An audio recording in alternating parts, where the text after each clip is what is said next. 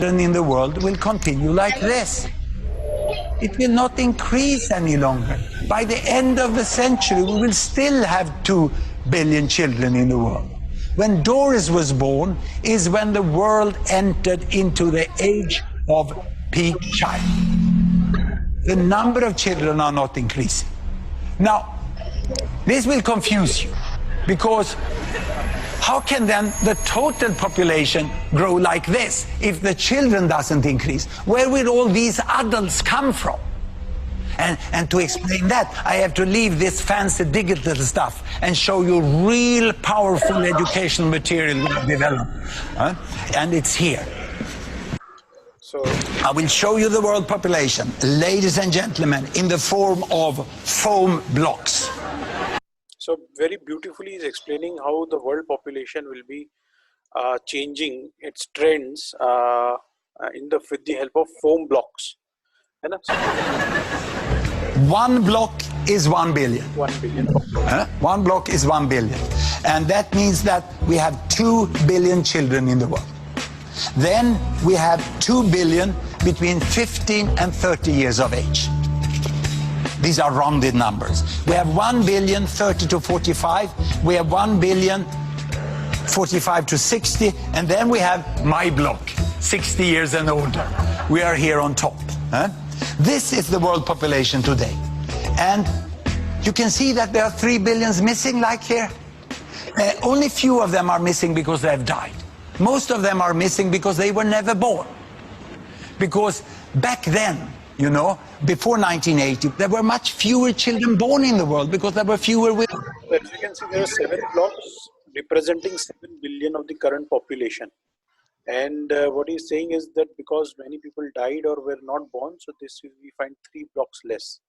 Now the cycle of the population will start. Now how old are dying and replaced by the new, and hence we see that what will happen to the circle of this. Women giving birth to children. So this is what we have today. Now what will happen in the future? You know what happens to old people like me? Yes. There was someone here who works in hospitals. They die. The rest, they grow 15 years older and have 2 billion children. These ones are the blocks to the higher age groups now. So the whole block is getting shifted to the higher. now old, time to die. And then these ones grow 15 years older and they have 2 billion children. This one die and the rest grow 15 years older and have 2 billion children. And without increasing the number of children, without increasing the length of life, we have 3 billion people more by this big inevitable fill-up of adults, which will happen just when the large young generations grow up. So this is the reason what he's explaining is because even though this thing has not increased, even though the old generation has the old population is not increasing that much, but then the population is increasing. So that is what the reason is explaining, that that time also deal with 10 billion. And this is what the main point he's raising. Now, there's one more detail, which is good news for the older ones here, like me, that it's estimated that the old people will live a little longer. So we have to add 1 billion more for the old here on the top. And I'm desperately hoping that I will be part of that group, because then I can live long and read the annual statistic as they come reporting every year. But when I talk to many fine environmental activists, which are really have a good concern about the environment, they very often tell me, we have to stop population growth at 8 billion. But when I then talk with them, first they don't know that we have reached peak child. And then they are completely unaware that most of the remaining population growth is an inevitable fill-up of adults.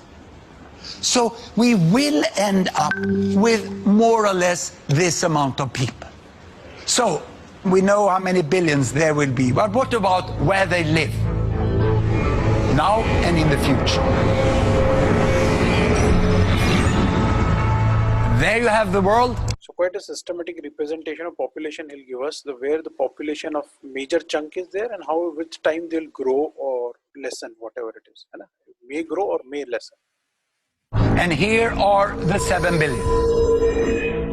Now, out of the 7 billion, 1 live in the America, North and South together. 1 in Europe, 1 in Africa, and 4 in Asia. So this is now, but how to remember this? I have a very simple way of remembering this. I put up the numbers like this, and then I say, this is the PIN code of the world. 111. It's given 1114. So 1 billion, 1 billion, 1 billion, 4 billion in Asia. 14. Now, what will happen up to mid-century? That we know fairly well. Europe, no increase. In fact, the European population is decreasing. In America, a little more people, mainly retired people in Latin America, so it makes no difference. It's more or less the same. In Asia, we will have 1 billion more. And then the population growth in Asia is over. In Africa, in the next 40 years, the population will double to 2 billion.